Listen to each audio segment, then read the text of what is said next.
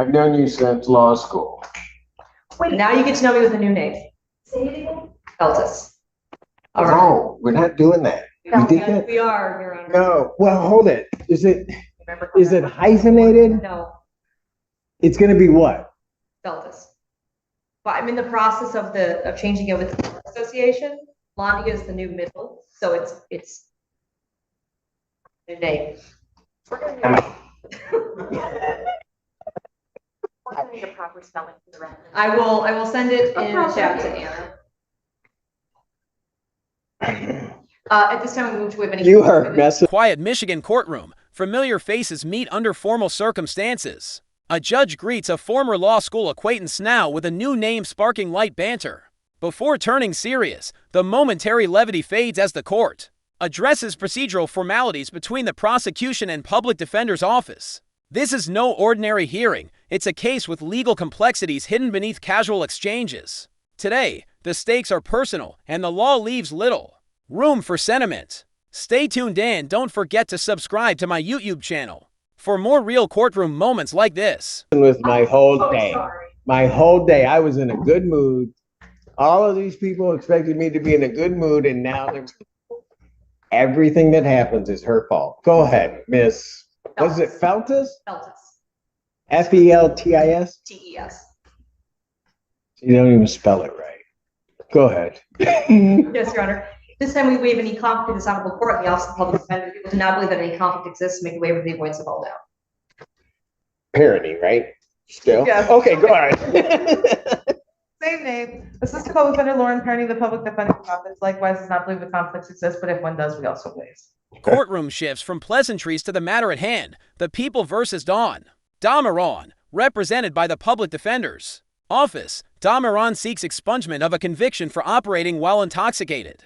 But there's a complication: the defense didn't file this petition, and their involvement is limited to the original case years ago. The judge, calm yet probing, confirms the defendant's intentions. What appears straightforward may soon unravel. In law, the past has a way of resurfacing, and even the smallest detail can change the outcome. The air grows heavier, the stakes. The court, for its part, also does not believe that there is a conflict either under Michigan court rules or the cases decided there. To the extent a conflict does exist, given the waivers, the court will consent to hear the matters. Court does call the case of the People versus Dawn Damer. Ashley Feltus for the People. Come on, I'm not mad at you. Your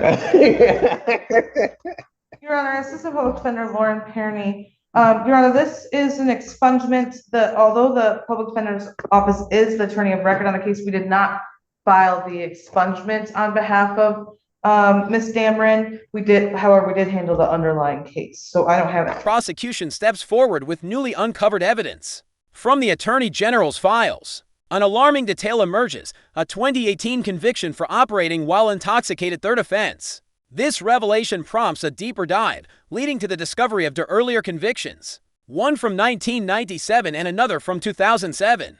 What was believed to be a first offense suddenly appears very different. Statutory definitions matter here, and this one change in classification may be the difference between freedom from the record and a permanent mark. The courtroom quiets. This petition now stands on fragile. AG. The information I have set aside with the letter includes the iChat, and I can also report with it as well. I say that to say, and it may be with the original petition. I'm not entirely sure how it comes to the court's file, but I was able to find a June 7th, 2018 conviction for operating while intoxicated, third offense, which then led me to find that complaint, which does indicate that Ms. Dameron unfortunately does have two prior convictions, a 1997 conviction, as well as this 2007 case that we're here on today. So unfortunately, Your Honor, I do believe that legally, however, it still counts as a second offense, making the 2018 case the third. That means the law does not allow this conviction to be set aside. The defense listens. The judge takes notes, and the legal boundaries begin to crystallize. There is no animosity here, only the strict language of the statute. Still, for the defendant, these words carry heavy consequence. This was not her first OWI offense, Right. And I would therefore have to object to it being set aside at this time because I do not believe that it is a true first offense. I think that while it may have been charged as a first offense because the 2007 case would have been outside of the 7-year requirement from the 1997 case, it is technically a second and should therefore not qualify under the statute. I have a copy of the complaint from the 2018 case if the court wants to review that. Okay, I have the 2018 case you're talking about is the third offense. Yes, Your Honor. That's sort of what prompted me to go looking a little bit more into it. Turns to Dawn Damaron. She speaks candidly, reflecting on her younger years, times marked by loss, poor choices, and pain. She explains her transformation, steady work at the University of Vermont, a focus on her grandchildren, and a desire to stay on the right path. Her tone is sincere, almost pleading not for pity, but for understanding. The judge listens intently, nodding at her progress, yet constrained by the letter of the law. In this courtroom, growth and redemption are respected, but they cannot erase the statute's limitations. And I see that on some of the information we have. Then I see ours from 2007. Correct. Okay. Ma'am. Anything you want to say? Judge, yes.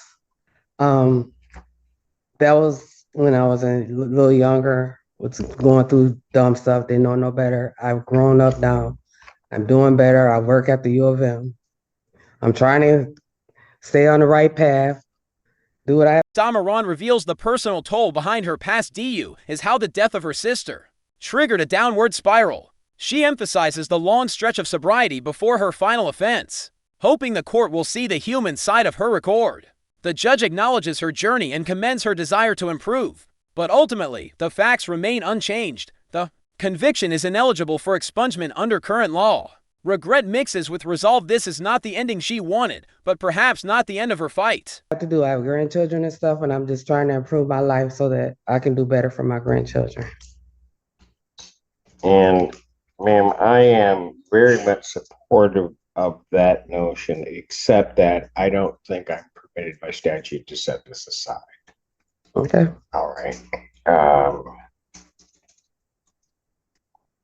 When I got those other two DUIs, I had lost my sister, and that just caused me to drink my last DUI I had, because before then I didn't, like she said, I didn't have another one until 2007.